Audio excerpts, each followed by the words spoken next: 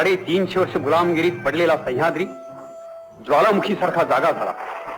छत्र अथांग सिंधुसागर आणि अजिंक्य सह्याद्री एक झाले आणि हिंदवी स्वराज्य जन्माला आले. एकामागून एक गडकोट स्वतंत्र झाले आणि त्यातच एक अभेद्य आणि अजिंक्य गड शिवरायांनी काबीज केला आणि गडांचा महाराजा किल्ले रायगड. महाराजांनी रायगड काबीज केला सन 1656च्या एप्रिल महिन्यात. उभ्या दख्खनच्या मुलखात रायगडासारखा दुसरा गड नाही. रायगड बुलंद आहे, बाका आहे, बेलाग आहे. उत्तुंग पहाडांनी गडाला गराडा घातलाय.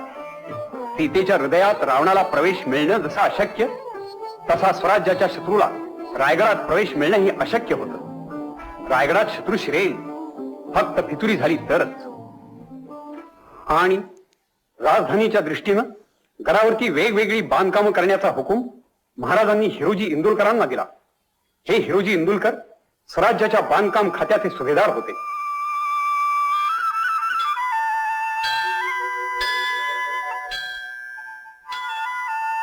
जगदीश्वराचं मंदिर साय संगीन बांधून पूर्ण झालं आणि हिरोजींच्या अंतःकरणातील भाव या पायरीवर असा व्यक्त झाला.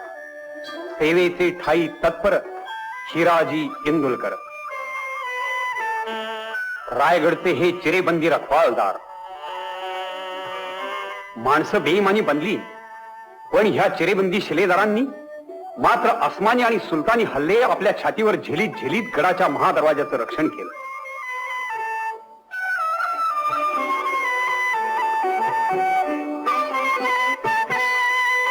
शक्तीने मिळती राज्ये, युक्तीने कार्य होत असे.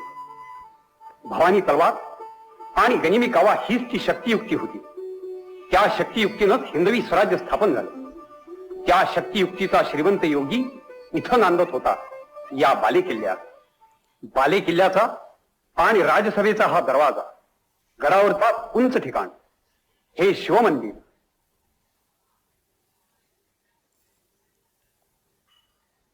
आणि हा कुशावर्त तलाव.